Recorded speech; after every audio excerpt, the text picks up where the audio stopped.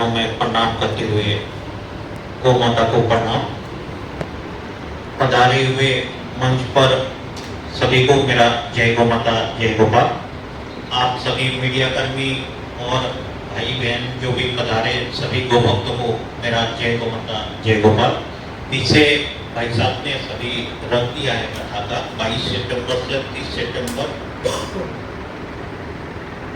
अद्भुत विशाल और कई इसके साथ योजना कई तरह की है। इसके अंदर में पोथी यात्रा, चुनरी यात्रा, गो पूजन, राम विवाह अद्भुत महाराज जी का निर्देश ऐसे ही है कि लक्ष्मणा जो विवाह के लिए दूल्हा दुल्हनिया के रूप में जो भी आएंगे, बारात के रूप में अपने को बराती के रूप में सबको मिलकर महाराज जी ने मिला, चावल भी भेजा है कार्ड के साथ में सबको मिला है और वो रज भी है।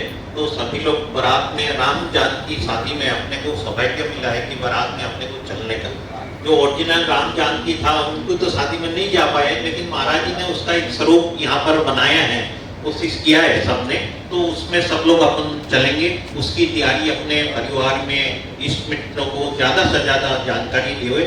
उसमें आप सभी मीडिया से मेरी विशेष रहेगी कि जो भी आपने सुंदर ढंग से जिसको भी वर्णन करना हुए, मीडिया का प्रेस नोट भी सज्जन जी भाई साहब के पास है, सबको आपको पत्रिका दिया गया है। और भी हमको कोई भी आपको प्रचार के लिए सामग्री चाहिए जो हमसे बन पाएगा वो हम आपको करेंगे। आप इसको कथा को सफल बनाने के लिए आपकी मीडिया आज के समय में बहुत बड़ा एक तो जरिया है, तो इसको सफल बनाने में आपका मैं मानता हूँ कि बहुत बड़ा सफल रहेगा। कार्यक्रम अग्रसेन भवन पंचवटी हॉल में होना है। सूरत के जिसको बोलते हैं हार्ट रीढ़ की हड्डी जिसको बोलते हैं मेन सेंटर में है, तो लोगों को आने जाने की भी व्यवस्था कोई तकलीफ नहीं रहेगी। पार्टियां साइड से भी आएंगे, बहुत लोग रहेंगे। सभी विस्तार में हमको जितना समझ में आ रहा है वो हिसाब से बैनर, पंपलेट और मोबाइल में ई कार्ड के द्वारा प्रचार कर रहे हैं। और जो कुछ अगर कहीं कुछ एरिया में बाकी रह गया है ये 5-7 दिन में लगकर सब करेंगे। इसमें भाई साहब ने प्रभात फेरी, एक तो प्रभात फेरी का भी रहेगा रोज का, प्रतिदिन सुबह 6:30 बजे प्रभात फेरी का भी रहेगा। वो अलग अलग विस्तार में प्रतिदिन होगा 23 तारीख से। तो सभी आप इसको जिस तरह से आपको लिखना है इसको लिखकर आप जय गौ माता जय गोपाल। धन्यवाद संदीप जी। अब आखिरी में हमारे गौपुत्र के नाम से जाने वाले श्री अरुण जी पाटोदिया दो शब्द बोलेंगे, तत्पश्चात हमारे मीडिया प्रभारी श्री सुंदर जी। जय गौ माता जय गोपाल। बात प्रेस कॉन्फ्रेंस की है, इसलिए प्रेस कॉन्फ्रेंस वाला नहीं, एक जवाबदारी में हरिश्चंद्र की जवाबदारी है मेरे भाइयों। ये कथा क्यों हो रही है, इस कारण हो रही है कि वहाँ पर क्या है कि अर्थ की कमी है। अर्थ वहाँ पर गए हैं 1,57,000 और उसका अर्थ क्या है कि 1,57,000 का पैसा रोजाना का बहुत होता है। सोमोलाई में 980 है, 3.5 करोड़ रुपया साल का चाहिए, तो उस हिसाब से देखो 1,57,000 का गिनती नहीं आती। मतलब बहुत बड़ा विशाल धन की आवश्यकता है। मैं आपको एक बात कह रहा हूँ, मेरी बात को पत्रकार महोदय समझे कि 9 दिन 10 दिन ये कथा है।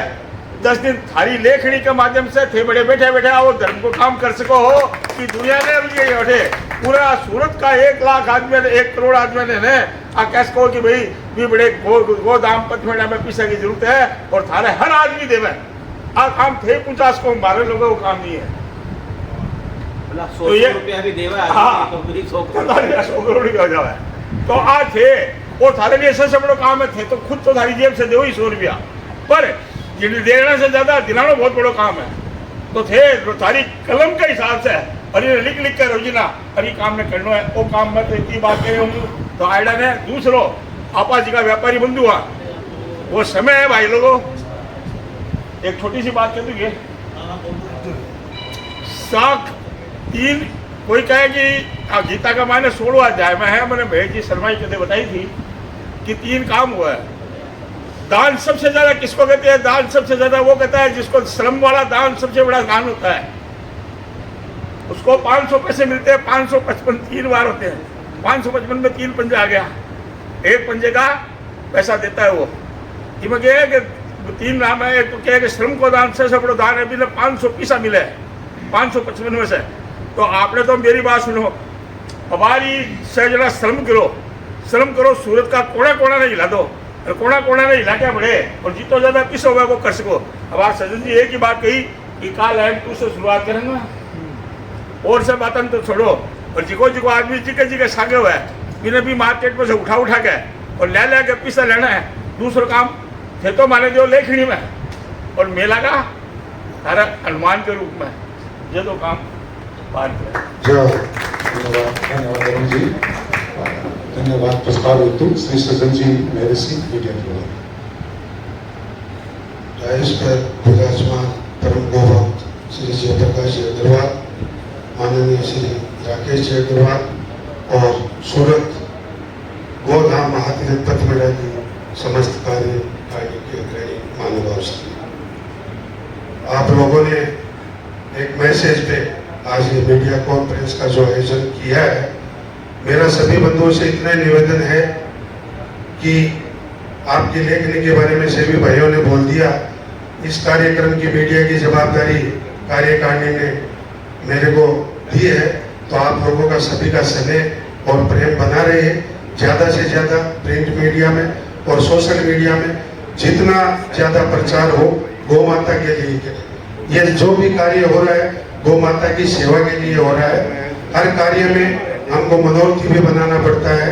आज हमारे कंसल परिवार जो पिछले 11 साल से राजेंद्र दास जी की कथा करवा रहे, ऐसे हमारे बाबूजी जो अभी नहीं रहे, श्रीमान गजानन जी कंसल और गोवंश श्री राधा वल्लभ जी, दोनों की पुण्य स्मृति में ये कार्य हो रहा है। तो मैं तो जहाँ तक मानता हूँ कि उनकी प्रेरणा से मैंने ये गौ माता का कार्य शुरू किया। आज दोनों ही जहाँ मिलते थे, आज भी मेरे मन में ये प्रेरणा है। ऐसे महान संत जो श्रीमान गजानन जी कंसल और राधा कृष्ण जी महाराज, जो कोई भी भारतवर्ष का जितना भी बड़े से बड़ा संत आते थे, वो दोनों मूर्तियों को बोलते थे गजानन जी आ गया हो, राधा वल्लभ जी आ गया हो। तो ऐसे भाव हमने उनमें देखा है और आज उनको 1 साल दोनों मूर्तियों को हुआ है। उनकी प्रेरणा से आज उनके बच्चे, उनके परिवार के सभी गौ भक्तों ने आज इतना सुंदर विशाल जो आयोजन किया है वो उनकी पुण्य स्मृति में किया जा रहा है।